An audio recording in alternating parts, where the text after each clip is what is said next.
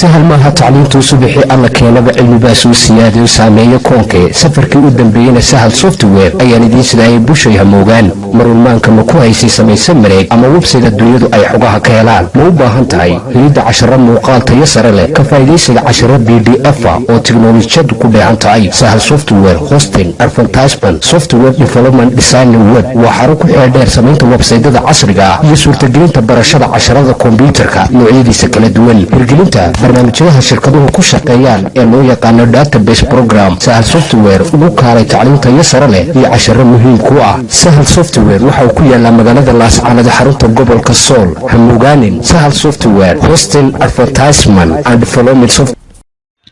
السلام عليكم ورحمة الله وبركاته ومركلي أنيقو معلي خالد محمد محمود يودمان تيمكي وإذن الله سلامة يسيدو كلا كورسكي ينو سعودي ee lagu magacaabi jiray C programming language 2022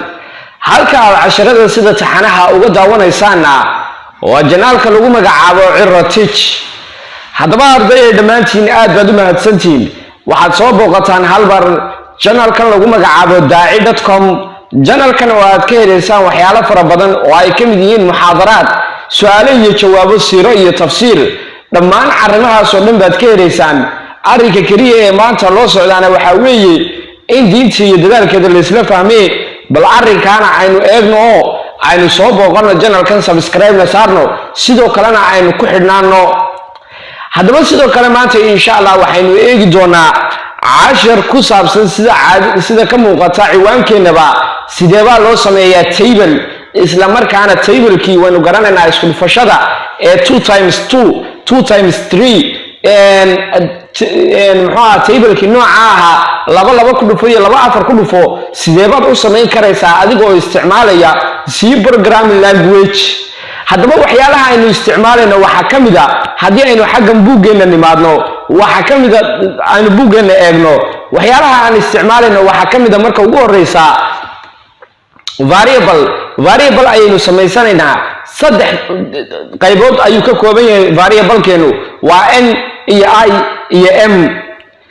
hadaba markaynu sameysano waxaan sameysanaynaa sidaas oo kale isla markiiba printf ayaynu abuuraynaa dabeedna geli numberka ayaan leenahay scan f ayaanu sameynaynaa oo waxaynu u ogolaanaynaa qofku inuu number soo geliyo numberkaas oo uu doonayo in la isugu dhufto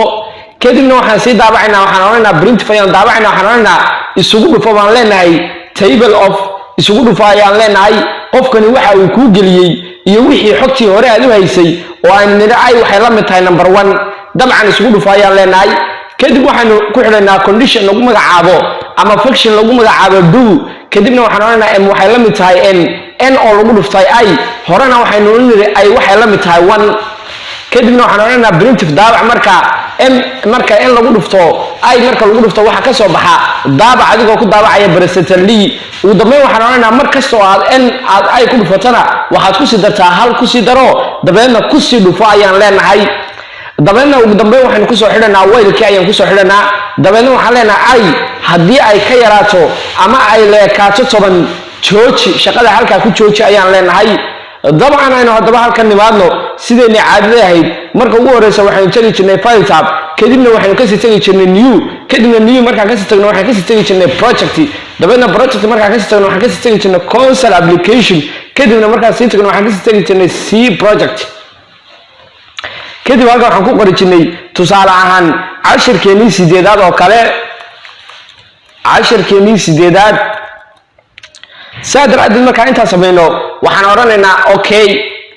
dabeedna markaan okay nidhaahno ayaan tan yes ka oranaynaa dabeedna waxaan oranaynaa yes dabeedna waan save garaysanaynaa markaynu save garaysano already intaynu markiiba iska qaadi jirnay hadaba waxaa laga yaabaa inuu casharku igu dheeraado saadaradeed ayaan u soo gaabsaday oo anigu mar hore ayaan koodkayga soo diyaarsaday adiguna waxa laga doonayaa inaad koodka qorto dabcan waad aragtaan oo aniga koodkaygu uu diyaarsan yahay kolka ugu horeysa variable ayaan sameystay oo sidii loo sameeyay ayaan u sameeyay adiguna sidii loo sameeyay waa inaad u sameeysaa saan u sameeyay waa inaad u sameeysaa ardayow iska ilaali copy and paste haddii aad copy and paste aad noqoto waxba maad baran la soco hadaba marka inta sameeyno bal aan eegno aan tijaabino waxaanu sameeynay compile run ayaan dhahaynaa dabeedna waxaan oranaynaa yes dabeedna waxaan oranaynaa yes ayaan oranaynaa kadib bal aan fiirino waxa inoo soo baxa anigu waxaan leeyahay waxaan rabaa table-ka ama isku dhufashada labo ayaan rabaa kadib waxa la yiri laba lagu dhuftay hal waa imisa waa labo lagu dhuftay waa imisa waa afar laba saddex lagu dhuftay waa imisa waa lix dabcan hadaba wax kasto aad rabtid sidaas aad u gelinaysaa hadii aad xataa 20 rabtid 20 ka xataa sidaas aad u gelinaysaa dabcan waka 20 lagu dhuftay hal waa 20 lagu dhuftayna waa 40 dabcan sidaas ayaad ugu shaqaysan karaysaa waana calculator aad u gacantaada ku samaysatay